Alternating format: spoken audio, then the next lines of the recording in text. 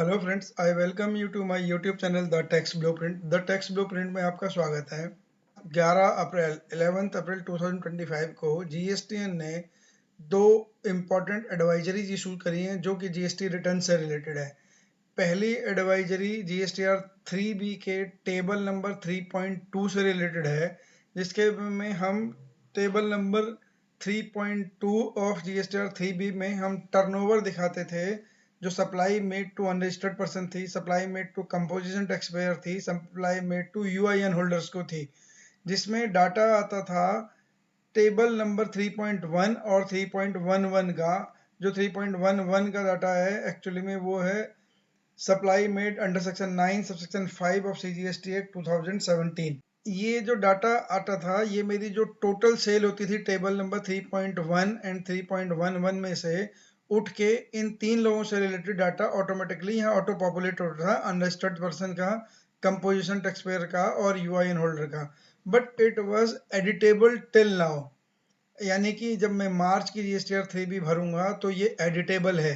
But GSTN ने 1 अप्रैल 2025 से, यानी कि अप्रैल ऑनवर्ड्स की जब हम रिटर्न भरने जाएंगे, R1 में जो डाटा होगा या R1 में कोई अगर मिसिंग होती है, हम 1A फाइल करते हैं या फिर हम IFF को यूज कर रहे हैं, तो जो डाटा जीएसटीआर 1A और IFF के थ्रू आएगा वही table number 3.2 of GSTR 3B percolate होगा।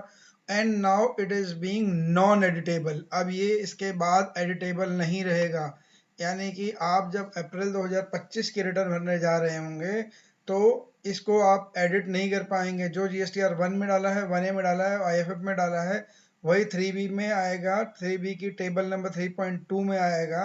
And now it is not being editable. अभी तक ये एडिटेबल था, लेकिन अब ये ऑटो पॉपुलेट आएगा और एडिटेबल नहीं होगा। अगर आपको एडिट भी करना है किसी रीजन से, मान लीजिए कोई गलती हो गई है तो एडिट करना है, तो with in the same month तो आप तब कर पाओगे अगर आपने मान लीजिए 1 फाइल करी है, जीएसटीआर 1 फाइल करी है, लेकिन 3B फाइल नहीं करी, तो इट मीन्स आपने 1 फाइल करी तो आप 1A के थ्रू 1 की अमेंडमेंट कर सकते हैं। तो 1A में कुछ 1 में कुछ गलती हुई है तो उसे 1A के थ्रू अमेंड कर सकते हैं। लेकिन अगर आपने 1 फाइल कर दी है और 3B भी फाइल कर दी है, अब या 1A भी फाइल कर दिया और अमेंडमेंट ध्यान नहीं रही आपको, तो अब इसमें कोई चेंज नहीं हो पाएगा। जो डाटा, जो इन्फॉर्मेशन 3.2 टेबल में आई है वो चेंज नहीं हो पाएगी। उसको चेंज करने के लिए अब आपको अगले महीने की जीएसटीआर 1 का वेट करना पड़ेगा और वहां अमेंडमेंट करनी है। मीनिंग देयर बाय, अगर मान लीजिए if I have filed the GSTR 1 of the April 2025 and there is some misreporting in value or otherwise regarding the supply made to unregistered person, composition taxpayer और UIN holder, तो अब मुझे क्या करना होगा?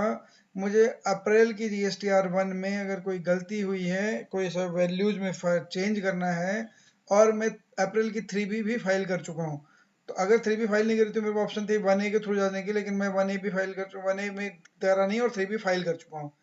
तो अब मेरे को मई की जीएसटीआर 1 का वेट करना पड़ेगा। मई की जीएसटीआर 1 में जब आएगा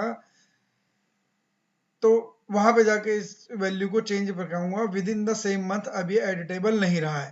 hence we all should be more careful at the time of filing GSTR 1A so that GSTR 3B is filed with the correct value and of interstate supply along with the other values too।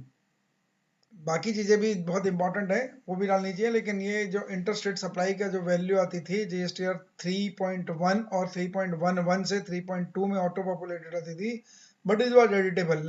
अब ये editable नहीं रहेगी अप्रैल 25 onwards tax period से। तो आपको ध्यान रखना है रिटर्न भरने से पहले कि ये इन्फॉर्मेशन बिल्कुल करेक्ट हो। And there is no cut off date for filing of GSTR 1। वो आपको पता ही है, जीएसटीआर 1A 3B से पहले पहले कभी भी फाइल कर सकते हैं, यानी कि जब तक आपने 3B फाइल नहीं करी तब तक तो आप with in the same month edit कर पाएंगे। जीएसटीआर 1 की इन्फॉर्मेशन को आप चेंज कर पाएंगे 1A के थ्रू, और वही डाटा टेबल 3.2 में जाएगा, बट एडिटेबल नहीं होगा 2 में जाने के बाद from the tax period April 2025 onwards. तो आपको ध्यान रखना है। देखिए, मैं आपको जीएसटीआर 3B एक बार दिखा देता हूँ। ये एक जीएसटीआर 3B है, फरवरी 2025 पीरियड की 3B है। ये मेरी कुछ सेल्स वैल्यू आई है जो टेबल नंबर 3.1 में है। ये 3.11 में है, लेकिन यहाँ 11 में मेरे पास कोई भी वैल्यू है नहीं।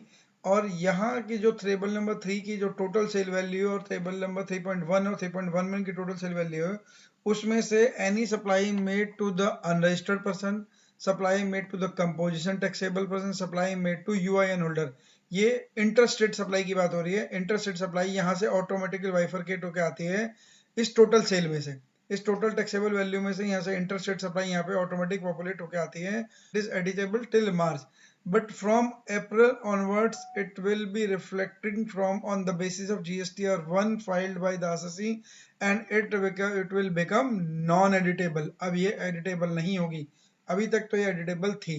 तो ये बहुत इंपॉर्टेंट एडवाइजरी है। तो हमें GSTR 1 ठीक से फाइल करनी है। अगर 1 में हमसे कुछ गलती हुई है तो 1A में उस करेक्शन को ठीक कर देंगे, तो यहाँ पे डाटा ठीक आ जाएगा, वैल्यूज ठीक आ जाएंगे। लेकिन अगर आपने 1 फाइल करी, 1A में करेक्शन करना भूल गए and you file the 3B also, तो अब कुछ नहीं हो सकता। अब सेम मंथ में ये वैल्यू चेंज नहीं हो पाएंगी, ये एडिटेबल है भी नहीं, और आपको अगले महीने की GSTR 1 फाइल करते हैं रेलेवेंट अमेंडमेंट फाइल करनी पड़ेगी। Thanks for watching the text blueprint. Keep watching, keep subscribing and share the video. Thanks for watching.